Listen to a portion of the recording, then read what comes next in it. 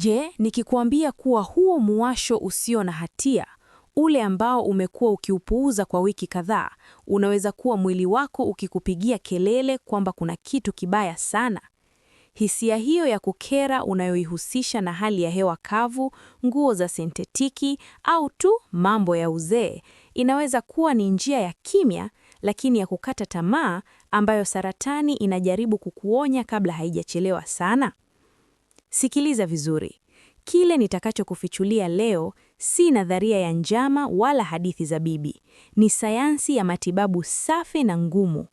Kulingana na tafiti za hivi karibuni za saratani, zaidi ya 40% ya watu waliogunduliwa na saratani za kimfumo katika hatua za juu walipata muwasho pruritus usiokwisha katika maeneo maalum sana ya mwili kati ya miezi 6 na miaka 2 kabla ya kupata utambuzi wao wa kutisha. Tatizo, uhalifu wa kweli hapa, ni kwamba hakuna aliyewaambia wazingatie ishara hizo. Hakuna aliyewaeleza kwamba mfumo wao wa kinga ulikuwa tayari unalia kuomba msaada. Leo nitabadilisha hilo. Kama daktari mwenye uzoefu wa kliniki wa miongo kadhaa, nimeona wagonjwa wengi mno wakifika wakati hakuna mengi ya kufanya kwa sababu tu walipuuza dalili ndogo. Nitakuonyesha haswa ishara hizo ni zipi mwilini mwako. Na nataka kuwa mkweli kabisa nawe, kugundua hili kwa wakati si tu kunaweza kuokoa maisha yako, kunaweza kuokoa akiba ya maisha yako yote. Kwa sababu, kutibu saratani katika hatua ya kwanza ni uwekezaji wa muda. Kutibu katika hatua ya 4 ni janga la kifedha linalomeza mirathi na mafao ya uzeeni. Lakini kabla hatujaingia kwenye maelezo yatakayookoa maisha yako, nahitaji ufanye kitu kwa ajili yako sasa hivi. Bonyeza like, penda, maudhui haya na ujiunge, subscribe na chaneli. Sisemi hivi kwa majivuno, nasema kwa sababu algorithm inahitaji kujua kwamba watu werevu kama wewe wanataka habari za matibabu halisi, si dansi zinazosambaa mtandaoni. Fanya sasa, linda afya yako kwa taarifa. Sawa, tuchambue ukweli. Nataka kuwa wazi tangu mwanzo, si kila muwasho ni saratani. Bila shaka, hapana. Wengi hauna madhara. Lakini lengo hapa ni wewe kujua kutofautisha kwa usahihi wa upasuaji ni lini usumbufu mdogo ni alaramu nyekundu ya mara moja. Ishara namba 1, muwasho usiokwisha kwenye vigimbi, ndama za miguu. Acha nikuhadithie kisa cha mgonjwa mmoja, tumuite Maria, mwanamke mwenye nguvu wa miaka 72. Alifika ofisini kwangu akiwa amechanganyikiwa sana baada ya kuwaona madaktari 3 wa ngozi tofauti. 3. Daktari, aliniambia machozi ya kimlengo. Ni miezi 8 sasa vigimbi vyangu vinawasha kwa njia ya kukatisha tamaa kabisa. Ni mbaya zaidi wakati wa usiku. Siwezi kulala, najikuna hadi kutoa damu. Madaktari wengine kwa kiburi kile cha kawaida cha asiyesikiliza walimwambia ilikuwa ngozi kavu ya uzee. Walimwandikia krimu za kulainisha ngozi za bei ghali na kumwambia anywe maji. Upuuzi. Maria alijua katika silika yake kwamba kuna kitu hakikuwa sawa. Ngozi yake ilionekana kawaida kwa nje, haina vipele, haina fangasi, haina kubabuka. Lakini muwasho ulitoka ndani, ulikuwa wa kina, unaochoma, usiochoka. Aliponielezea hisia hiyo ya moto chini ya ngozi, nilishuku mara moja kitu kibaya zaidi kuliko ngozi kavu. Nilimweleza kitu ambacho unapaswa kujua sasa hivi. Wakati limfoma, saratani ya mfumo wa lymph, inapoanza kukua, seli hatari hutoa kemikali za uchochezi zinaitwa cytokini. Cytokini hizi husahiri kwenye mfumo wa damu, lakini kutokana na nguvu ya mvutano na ukweli kwamba mzunguko wa damu miguuni ni wa polepole kiasili kwa wazee, huwa zinajikusanya kwenye viungo vya chini. Ni fiziolojia tupu.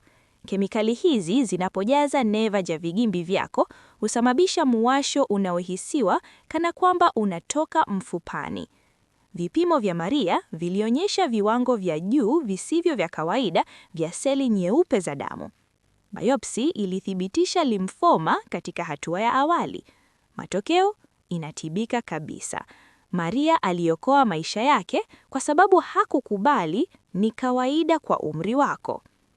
Sasa zingatia, kwa sababu hii ndiyo itakayotofautisha mzio, allergy na onyo la kifo. Sifa za limfoma ni maalumu. Kwanza, haiji na kuondoka. Ni ya kudumu, siku baada ya siku. Pili, inakuwa mbaya zaidi usiku, ikikuibia usingizi wa kurekebisha ambao ubongo wako unahitaji ili usizeeke kabla ya wakati. Tatu, haijibu dawa za antihistamine wala krimu. Unaweza kuoga kwenye lotion na itaendelea kuwasha. Ikiwa unayo hii kwenye vigimbi kwa zaidi ya wiki 4, kimbia kwa daktari. Omba kipimo kamili cha damu. Usiruhusu wakufukuze na krimu. Afya yako ina thamani zaidi kuliko uvivu wa mfumo wa matibabu uliolundika. Hapa nafanya kitu. Je, umewahi hisi muwasho ambao hata ukijikuna kiasi gani, unahisi huwezi kufikia chanzo chake? Andika ndio kwenye maoni kama imekutokea. Nataka kusoma wangapi kati yenu wamepuuzwa na mfumo. Tuende kwenye ishara namba 2. Muwasho kati ya mabega. Hii ni labda ya hila zaidi kuliko zote. Ni ishara ya kimya, muulaji ninja. Watu wengi huihusisha na msongo wa mawazo, mkao mbovu au godoro la zama. Kosa la mauti. Nitakuelezea kuhusu Juan, mhasibu wa miaka 65, mwangalifu, mwerevu. Kwa mwaka mmoja alitembelea tabibu wa viungo na wataalamu wa masaji. Alikuwa na muwasho wa siri katikati kabisa ya mgongo, kati ya mabega. Aliuelezea kama moto wa ndani. Alibadilisha godoro lake, alibadilisha shuka zake na pamba ya asili, alibadilisha sabuni. Hakuna kitu kilichofanya kazi. Alipofika hatimaye dharura, haikuwa kwa sababu ya muwasho, bali kwa sababu alianguka kwa uchovu. Utambuzi, saratani ya kongosho iliyoendelea, isiyo nafasi ya kufanyiwa upasuaji. Mkewe akiwa amevunjika moyo aliniambia, hakuna aliyetuambia kwamba muwasho mgongoni ulihusiana na kongosho. Na yuko safi, hakuna anayesema. Lakini uhusiano wa kimatibabu ni mvutiano na unatisha kwa wakati mmoja. Kongosho limeunganishwa na ini kwa mirija ya nyuhu. Uwimbe wa kongosho unapokuwa, hata kama ni wa milimita, unaweza kuziba mirija hii. Hii inasababisha chumvi za nyongo kujikusanya kwenye damu badala ya kwenda kwenye utumbo. Na hapa inakuja neurolojia. Kutokana na jinsi mwili wetu unavyoundwa tumboni, neva zinazofanya kazi na chumvi hizi za nyongo hutuma ishara ya maumivu na mwasho haswa kwenye eneo kati ya mabega. Ni maumivu ya kuhamishwa, referred pain. Kongosho lako linapiga kelele kuomba msaada, lakini ujumbe unafika mgongoni mwako. Kama Juan angejua hili, kama daktari angeunganisha dots mapema, hadithi ingekuwa tofauti. Rosa, mgonjwa mwingine mwenye dalili hiyo hiyo, aligunduliwa kwa wakati. Tulifanya upasuaji na leo anafurahia wajukuu zake. Unaelewa tofauti? Habari ni uhai. Ujinga ni hukumu. Sifa muhimu za ishara hii ni ya kina na inachoma, si ya juujuu. Inapatikana haswa kati ya mabega, si mabegani, si kiunoni. Haipungui kwa masaji. Kwa kweli, wakati mwingine masaji huifanya kuwa mbaya zaidi kwa sababu huchochea mzunguko wa chumvi hizo za nyongo zinazowasha. Huwa inaambatana na uchovu usio wa kawaida, uchovu unaokulemea rohoni. Ikiwa una huo mwasho wa mgongo usioondoka na pia unaona kinyesi chako kina rangi nyepesi au mkojo wako mweusi sana, tahadhari kuu, omba vipimo vya utendaji wa ini na kongosho. Si kesho, leo. Fikiria kwa sekunde, inagharimu kiasi gani kutibu saratani ya kongosho iliyoendelea? Dawa, kulazwa hospitalini, walezi, tunazungumzia pesa nyingi ambazo zinaweza kuacha familia yako katika ufilisi. Kwa upande mwingine, ushauri kwa wakati, kipimo cha damu ni sehemu ndogo sana. Kutunza afya yako ni uamuzi wa busara zaidi wa kifedha unaoweza kufanya katika kustaafu chako. Bado uko nami hapa? Vizuri, kwa sababu hii inazidi kuwa nzito. Ikiwa unathamini habari hii mbichi na ya kweli, hakikisha sasa hivi kwamba umejiunga, subscribe, jiunge na jumuiya ya watu wanaoamua kuishi muda mrefu na vizuri zaidi. Twende kwenye ishara namba 3. Muwasho kwenye ngozi ya kichwa bila mba. Hii ni ndogo, ni rahisi kuipita. Roberto, profesa wa miaka 71, alikuja karibu kwa aibu. Daktari, aliniambia akishusha sauti, nahisi kama nina sisimizi wanatembea kichwani mwangu, lakini sina chawa, sina mba, naoga kila siku. Kile Roberto alichoelezea haikuwa muwasho wa ngozi, ilikuwa paresthesia, hisia ya umeme. Mara moja kengele zangu za ndani zililia. Ngozi ya kichwa ni mtandao mzito wa mishipa ya damu na ncha za neva. Ni nyeti sana kwa mabadiliko katika muundo wa damu. Nilimwambia, Roberto, hebu tuone damu yako. Matokeo yalionyesha leukemia ya lymph sugu katika hatua ya mapema sana. Seli zake nyeupe zilikuwa juu sana, zikifanya damu yake ikawa nzito, zikifanya mzunguko mdogo wa damu kwenye mishipa midogo ya kichwa chake ukawa mgumu. Hisia hiyo ya sisimizi ilikuwa mzunguko wake ukipambana. Namshukuru Mungu tuligundua katika hatua ambayo mwili ulikuwa bado unaweza kuhimili bila tiba kemikali gari zinazoharibu mwili. Roberto anaendelea kutoa masomo ya ziada na kuishi maisha yake. Unaona mfano hapa. Mwili siku zote hutoa onyesho. Tatizo ni kwamba sisi tuna shughuli sana au tunaogopa sana kusikiliza. Leukemia ni ahili, inaweza kukaa miaka bila kuonyesha dalili mbaya, lakini ngozi ya kichwa mara nyingi ndio mtoa habari wa kwanza. Funguo za ishara hii ni: inahisiwa zaidi kama mtisiko wa umeme kuliko muwasho wa ngozi, hakuna mba, hakuna seborea, hakuna chochote kinachoonekana, inakuwa mbaya zaidi na msongo wa mawazo au nyakati za jioni wakati mwili umechoka, inaweza kuhama kutoka upande mmoja wa kichwa kwenda upande mwingine bila utaratibu maalum. Ikiwa unahisi hao sisimizi wa roho na pia una miaka 60, ni usinunue mshampuu nyingine ya kuzuia mba. Nenda kwa daktari wako na omba kipimo cha damu. Ni rahisi, ni bei nafuu na ni muhimu. Nataka utafakari kidogo. Mara ngapi umenunua cream, mafuta au tiba ya nyumbani kwa kitu ambacho hakikupona? Sasa, nahitaji kukuuliza swali zito sana. Je, umewahi kuwa na hisia ya ajabu kwenye ngozi ambayo daktari wako aliipuuza bila hata kukugusa? Nataka uwe mkweli. Andika imenitokea kwenye maoni. Tutaweka wazi ukweli wa huduma ya matibabu tunayopokea. Uzoefu wako unaweza kusaidia wengine wasijisikie wapweke katika hili. Lakini hatujamaliza. Ishara 2 zinazofuata ni za ndani zaidi, na kwa bahati mbaya ndizo zinazochukua maisha mengi zaidi kwa sababu aibu inazuia watu kuongea. Ndiyo, aibu inaua zaidi kuliko saratani yenyewe. Tunazungumzia sehemu za mwili ambazo kwa sababu ya mwiko tunapendelea kuzipuuza hadi maumivu yanapokuwa hayawezi kuvumilika. Na nakuahidi, tutakapofika ishara namba 5 utatamani ungejua mapema. Endelea kusikiliza kwa sababu kinachofuata kinaathiri wanaume na wanawake na ni kitu ambacho ukikipuuza hakitoi nafasi ya pili. Ishara namba 4. Mwasho usiokwisha katika eneo la titi au kifua. Sikiliza kwa makini kwa sababu hii si kwa ajili ya wanawake tu. Wanaume pia wana tishu za matiti na pia wanaweza kufa kwa hili wakilipuuza. Nataka kusikiliza kwa makini kwa sababu hii si kwa ajili ya wanawake tu. Wanaume pia wana tishu za matiti na pia wanaweza kufa kwa hili wakilipuuza. Ishara hii ni ya hila hasa kwa sababu inavunja kila kitu tulichofundishwa kuhusu saratani ya matiti. Daima wanatuambia, tafuta uvimbe, jishike ili kupata mpira. Lakini, je, nikikuambia kuwa kuna aina ya saratani, kali na ya kuua ambayo haitengenezi uvimbe mwanzoni? Tuzungumzie kuhusu Patricia, miaka 58, mwanamke aliyekuwa akifanya uchunguzi wake, aliyekuwa akijitunza. Alifika ofisini kwangu akiburuta miezi ya kuchanganyikiwa. Alikuwa ametembelea daktari wa wanawake, daktari wa ngozi, wote kabisa wote walimwambia kitu kimoja. Ni ugonjwa wa ngozi kutokana na sidiria, ni sabuni, ni kutokwa jasho kupita kiasi. Walimwandikia cream zenye kotizoni ambazo hazikufanya lolote.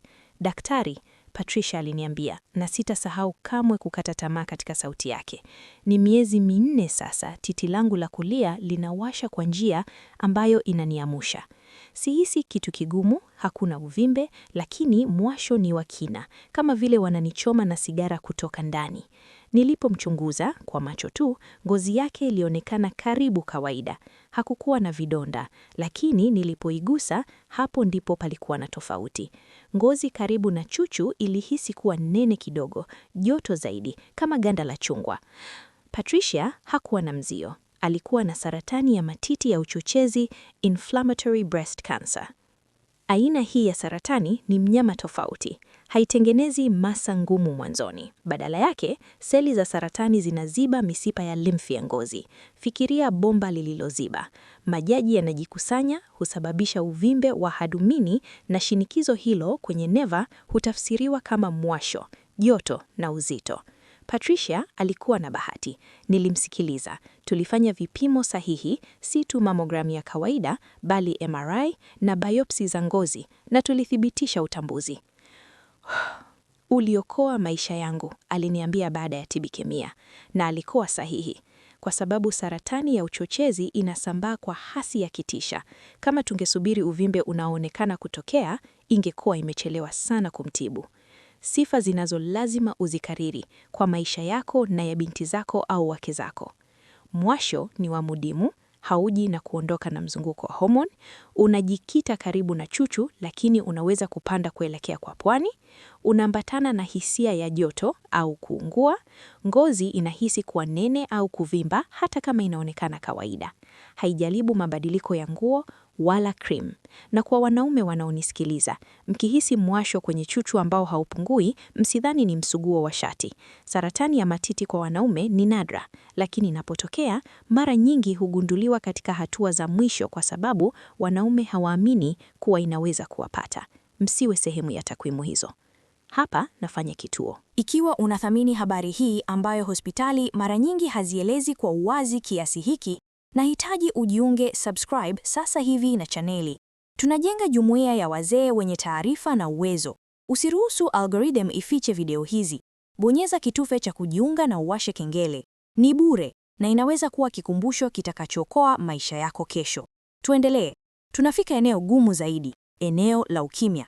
Ishara namba 5. Mwasho katika eneo la haja kubwa na sehemu za siri, anogenital.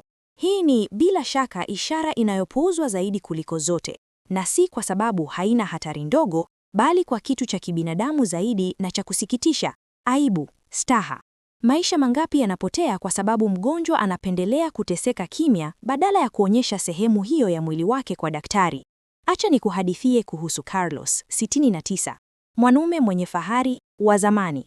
Mkewe ilibidi amvute kwa nguvu kuja ofisini.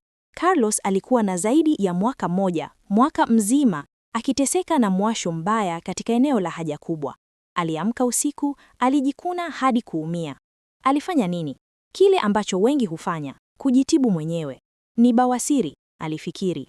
Alienda duka la dawa, alinunua cream zote za bawasiri zilizopo, alitumia mamia ya dola kwa tiba za nyumbani. Hakuna kilichofanya kazi. Aliposhinda aibu yake hatimaye na kuniruhusu nimchunguze, moyo wangu ulizama.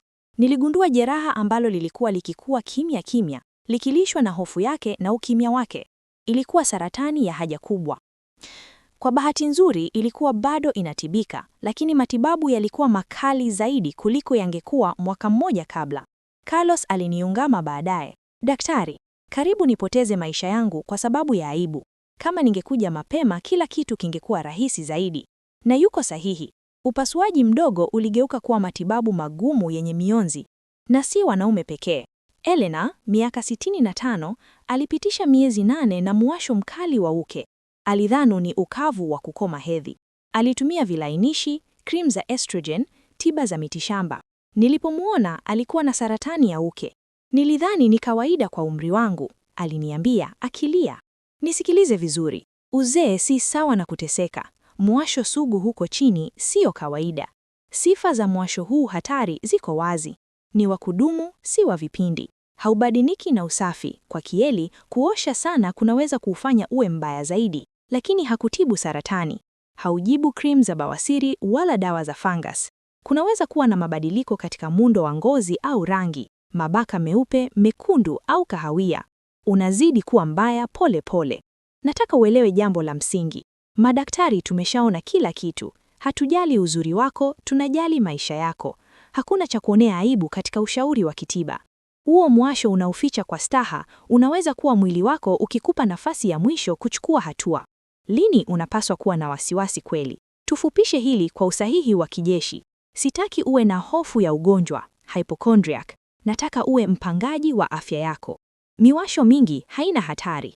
Ngozi kavu, alojia, lebo za nguo. Lakini inageuka lini kuwa alama ya saratani? Hii hapa orodha yako ya dharura ya ukaguzi. Ikiwa unatimiza vigezo hivi, simu yako inayokuja inapaswa kuwa na daktari. Kudumu. Ikiwa mwasho unadumu zaidi ya wiki 4 bila uboreshaji wowote, wiki 4 ndio kikomo. Eneo maalum. Ikiwa uko kati ya eneo maalum matano tulotaja leo, vigimbi, kati ya mabega, ngozi ya kichwa, kifua na sehemu za haja kubwa na sehemu za siri, hiyo inatia shaka. Mwili una hekima na ni maalum. Upinzani. Ikiwa umeshajaribu cream za kulainisha ngozi, antihistamines na tiba za nyumbani na mwasho unakucheka. Ukali wa usiku. Ikiwa unaingilia usingizi wako. Saratani mara nyingi inafanya kazi zaidi kimetaboliki usiku na mwili una usumbufu mchache. Kwa hiyo sinali inakuzwa. Ikiwa mbali na kuwasha, unapungua uzito bila lishe, una homa isiyoelezeka au uchovu uliokithiri. Ikiwa una sifa moja au zaidi kati ya hizi, usisubiri, usipunguze uzito wake. Saratani inayotambulika mapema mara nyingi ni ugonjwa unaotibika kwa upasuaji rahisi na vidonge. Saratani inayopuuzwa kwa miezi inageuka kuwa mnyama anayehitaji tiba kemikali, mionzi na anayemeza uhai wa miaka yako ya dhahabu.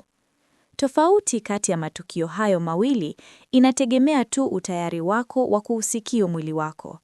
Mwili wako ni mfumo wa kengele ya hali ya juu zaidi katika ulimwengu unaojulikana. Maria, Juan, Roberto, Patricia, Carlos, wote walipokea ishara. Wengine walichukua hatua haraka, wengine walisubiri. Wale waliochukua hatua haraka leo wana ubora wa maisha wa juu. Na kuambia kama mtaalamu, kutumia muda kwa ajili ya uchunguzi kwa mwasho rahisi ni uwekezaji bora wa kifedha utakaoufanya. Kwa sababu kurejesha afya kuna gharimu pesa nyingi, lakini kuitunza kunahitaji umakini tu. Sasa, nahitaji ufanye kitu muhimu.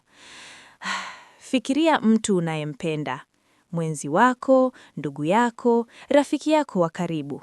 Labda wanajikuna sasa hivi na kufikiri si kitu. Washirikishe maudhui haya. Habari za matibabu zenye ubora zilizoelezewa bila maneno magumu zinaokoa maisha halisi. Labda ujumbe huu ni kile hasa mtu anachohitaji kusikia leo ili kufanya uamuzi utakaookoa maisha yake. Ni ipi kati ya ishara hizi 5 iliyokushangaza zaidi? Ulijua kwamba mgongo ungeweza kutoa taarifa kuhusu kongosho au kwamba ngozi ya kichwa ilitoa taarifa kuhusu damu? Niachie kwenye maoni. Nataka kukusoma.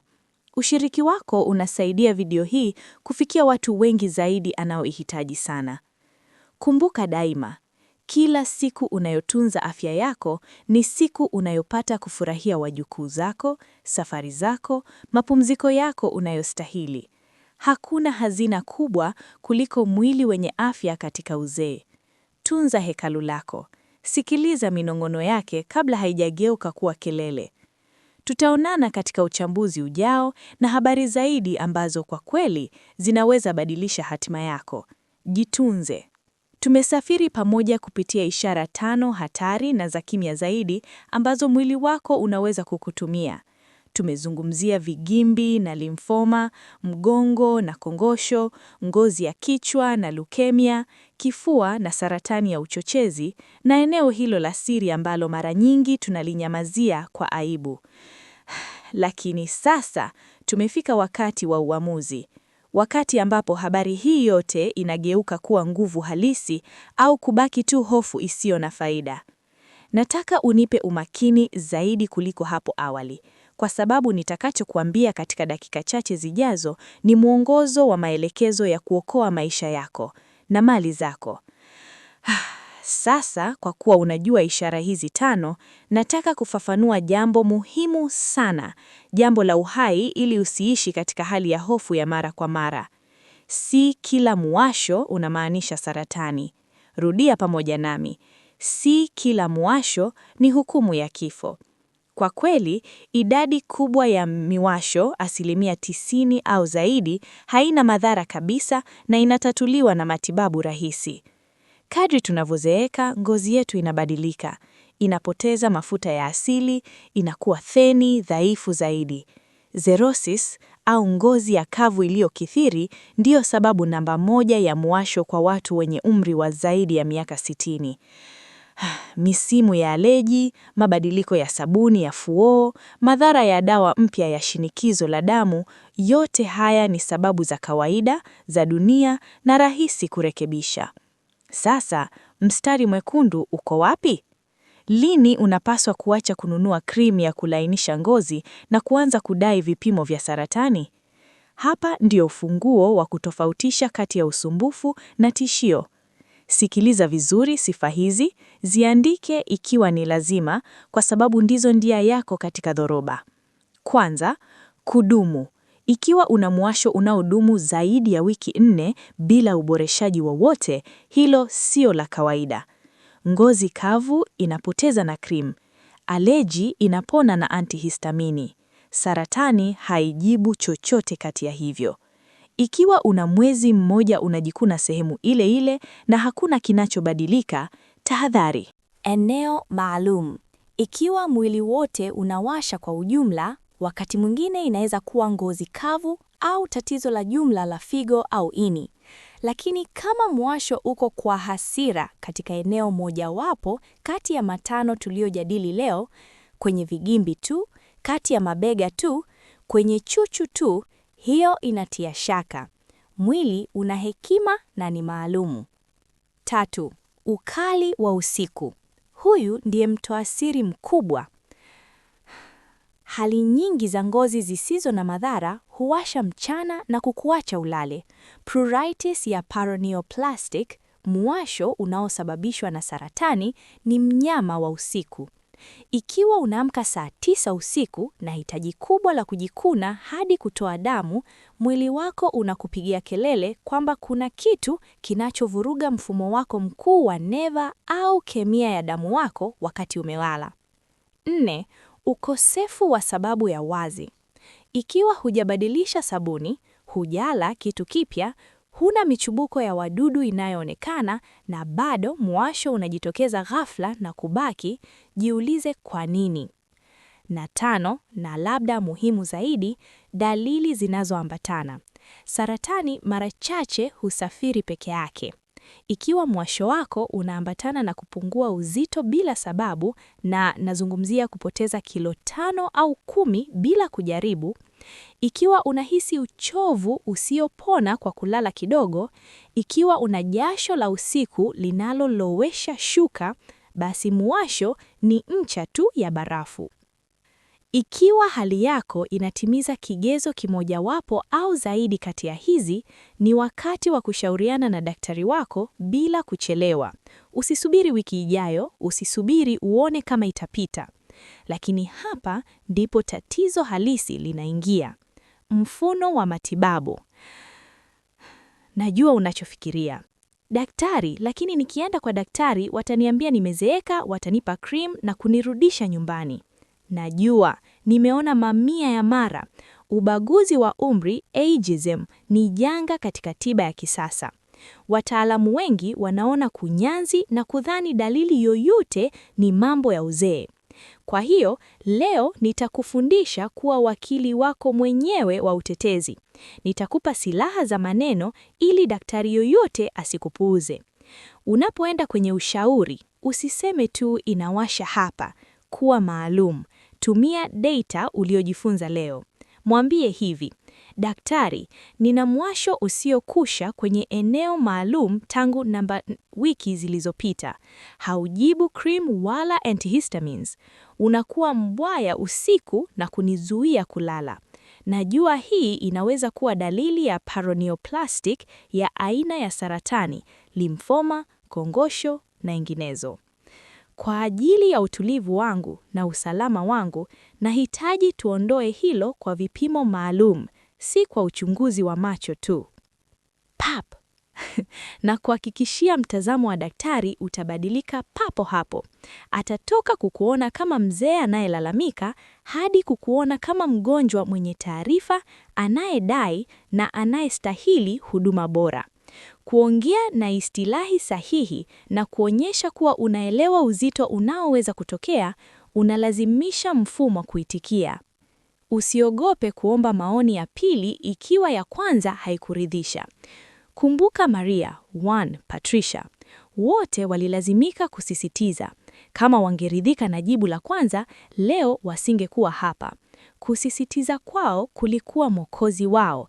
Kusisitiza kwako ni haki yako. Na sasa tuzungumze jambo ambalo mara nyingi tunalisahau. Athari ya kifedha ya afya yako. Tunaishi nyakati ngumu. Pensheni hazitoshi, uchumi unayumbaya. Wengi mnafikiri sitaki kutumia pesa kwa madaktari kama si mbaya. Kosa kubwa. Acha niliweke katika maneno ya uwekezaji kwa sababu najua unaelewa thamani ya pesa. Utambuzi wa saratani hatua ya kwanza ni ukarabati mdogo. Upasuaji, labda matibabu mafupi na unarudi kwenye maisha yako. Gharama inadhibitika. Athari kwa familia yako ndogo. Utambuzi wa saratani hatua ya 4 baada ya kupuuza mwasho huo kwa mwaka mmoja ni janga kamili. Matibabu sugu, walezi wa muda mrefu, marekebisho nyumbani, dawa za majaribio ya bei ghali, hiyo inameza akiba za maisha lote. Inaweza kumwacha mwenza wako au watoto wako katika hali mbaya. Kutunza mwili wako, kusikia mwasho huo kwa wakati ni mkakati bora wa ulinzi wa mali yako. Kila siku unayowekeza katika afya yako ni siku unayolinda mustakabali wa familia yako. Hakuna uwekezaji wenye faida bora kuliko utambuzi wa mapema. Mwili wako ni mfumo wa kengele wa hali ya juu zaidi uliopo katika ulimwengu unaojulikana. Umebadilika kwa mamilioni ya miaka ili kuishi. Kila hisia, kila mabadiliko, kila usumbufu unaoonekana mdogo ni ujumbe. Kupuuza muwasho usiokwisha ni kama kutoa betri kwenye kengele ya moto kwa sababu inapiga kelele wakati nyumba inaanza kuungua. Kumbuka hadithi tulizoshiriki. Mkumbuke Maria na vigimbi vyake vilivyomwona kuhusu limfoma. Mkumbuke Juan na mgongo wake uliopiga kelele kwa ajili ya kongosho lake. Mkumbuke Roberto na ngozi yake ya kichwa ya umeme ikiashiria leukemia yake. Mkumbuke Patricia na kifua chake akionya saratani ya uchochezi. Na wakumbuke Carlos na Elena walioshinda aibu kuokoa maisha yao. Wote wana kitu kimoja sawa na wewe, ni binadamu wanaostahili kuishi, wanastahili kufurahia wajukuu zao, wanastahili kuona mapambazuko, wanastahili utulivu.